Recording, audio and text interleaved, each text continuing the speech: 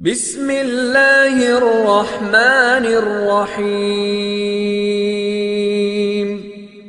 وہ کتنا خوش قسمت ہے جو یہ مہینہ پاتا ہے، عشرۂ دوم میں رب تو معاف خطا فرماتا ہے۔ اور روزے کے مہینے کا نام خود رکھا قرآن میں، شہر رمضان الذی انزل فیہ القرآن۔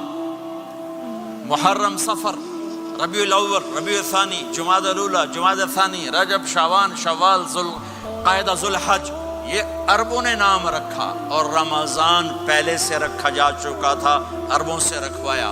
رمضان کے لفظ اور روزے میں کیا جوڑ ہے؟ رمضان کہتے ہیں جل جانا، جل جانا، جل جانا۔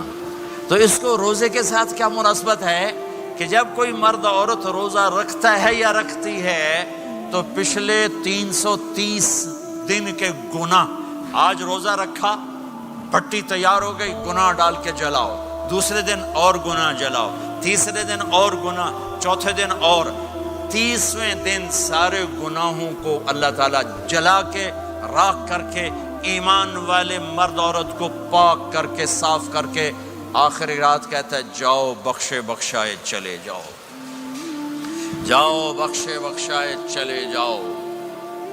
تو میرا نبی تو 2 کھجور پہ روزہ رکھتے تھے۔ اور ایک بڑا خوبصورت واقعہ ہے رمضان کا، کہیں سے بکرے کی سری پکی ہوئی آ گئی تو آپ بڑے شوق سے کھا رہے تھے، اور ساتھ ارباز بن ساریہ بھی تھے، حضرت علی بھی تھے، اور حضرت مقداد بھی تھے، 3-4 آدمی سری کھا رہے تھے۔ بلال رضی اللہ تعالیٰ عنہ آئے کہ یا رسول اللہ، سحری کا ٹائم ختم ہو گیا ہے، میں اذان دینے جا رہا ہوں، آپ کھانا پینا بند فرما دیں۔ اب میں کہا ٹھیک ہے، وہ باہر چلے گئے، اذان دینے لگے، پھر خیال آیا میں دیکھ لوں کہ آپ نے کھانا چھوڑا کہ نہیں چھوڑا۔ واپس آئے تو آپ کھا رہے تھے، کہا یا رسول اللہ واللہ لقد اصبحت، اللہ کی قسم صبح ہو گئی۔ آپ نے ہاتھ پیچھے کر لیا، کہا ارے بلال نہیں ہوئی تھی، نہیں ہوئی تھی، تیرے قسم کھانے پر اللہ نے پہلے نکال دیا اس کو، کہ تیری قسم جھوٹی نہ پڑے۔ حضرت علی نے فرمایا اگر بلال قسم نہ اٹھاتے تو جب تک میرے نبی کھاتے رہتے، اللہ صبح کو پیچھے ہٹاتے جاتے۔ دیگ پک رہی تھی، ابو عبیدہ رضی اللہ تعالیٰ عنہ بن جراح وہ دیگ پکا رہے تھے، بکرا۔ آپ نے کہا ابو عبید یہ مجھے بکرے کی دستی پکڑانا، اگلے بازو، آپ کو اگلے بازو کا گوشت پسند تھا، گردن کا گوشت پسند تھا، یہ کمر کے پٹھ کا گوشت آپ کو پسند تھا، دودھ پسند تھا، برنی کھجور پسند تھی، عجوا کھجور پسند تھی، تازہ روٹی پسند تھی۔ آپ یا تازہ کھاتے تھے یا فاقہ، توڑی طرح نہیں 8 دن دے پکا کے فریڈاں ٹھوک دے ہو تو کٹ کے گرم کیتی رکھو تو کھاتی رکھو، یا آپ تازہ کھاتے تھے یا فاقہ فرماتے تھے۔ ایک دفعہ فتح مکہ پر ام ہانی کے گھر آپ نے باسی روٹی کھائی، ورنہ آپ نے ہمیشہ تازہ یا فاقہ، یا تازہ یا فاقہ۔ کبھی جس کھانے پہ رات گزر جاتی اسے نہیں کھاتے تھے، تسی ماشاءاللہ 8 راتوں جو کھدی جاندے ہو۔ ہاں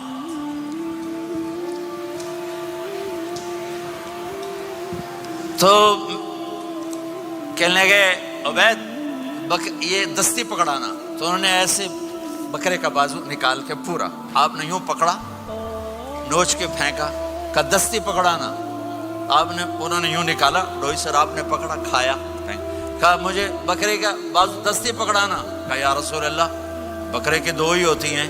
آپ نے کہا تیرا بھلا ہو جائے، اگر تو میرے کہنے پہ ڈوئی ڈال دیتا، جب تک میں کہتے رہتا اللہ مجھے نکال کے کھلاتا رہتا، اللہ مجھے نکال کے کھلاتا رہتا۔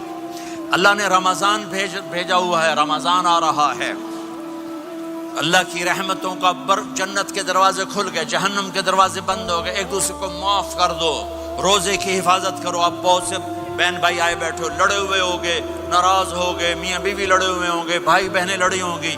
رمضان آ رہا ہے، تیاری کرو، جیسے حج پر جانے سے پہلے معافیاں مانگتے ہو، رمضان سے پہلے بھی ایک دوسرے سے معافی مانگو، ایک دوسرے کو معاف کرو، ایک دوسرے کو درگزر کرو، خود جا کے معافی مانگ لو، اللہ آپ کا مقام اونچا کر دے گا، مرتبہ اونچا کر دے گا۔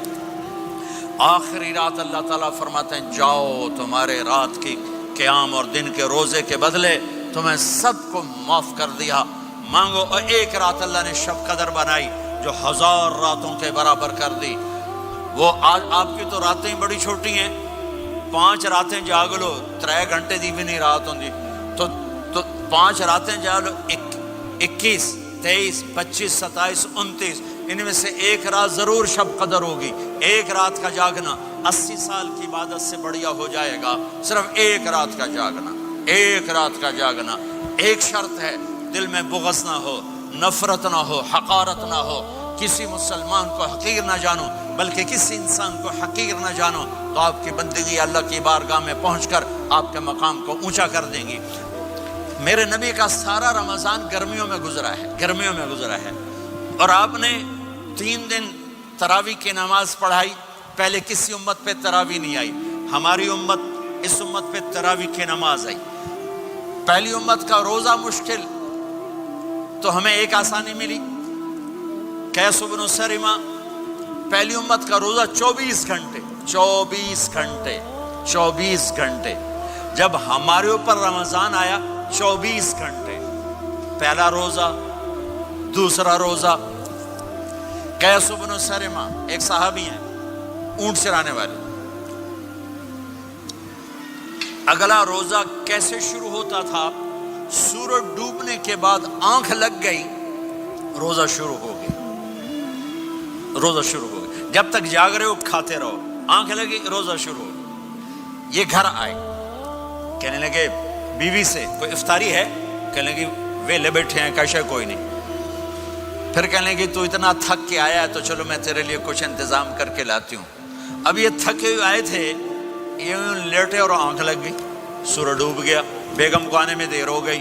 جب وہ آئی دیکھا تو سوئے ہوئے، کہا لگتا ہے ابن سرمہ، ارے سرمہ کے بیٹے تیرا تو کم ہو گیا۔ ان کی آنکھ کھلی، کیا ہوا؟ کہ اگلا روزہ شروع ہو گیا۔ تو ظہر کی نماز میں آئے مسجد میں تو بے ہوش ہو کے گر گئے۔ تو اللہ کے نبی نے پوچھا اس کو کیا ہوا؟ کہ یا رسول اللہ یہ سحری کے بغیر روزہ شروع کر دیا۔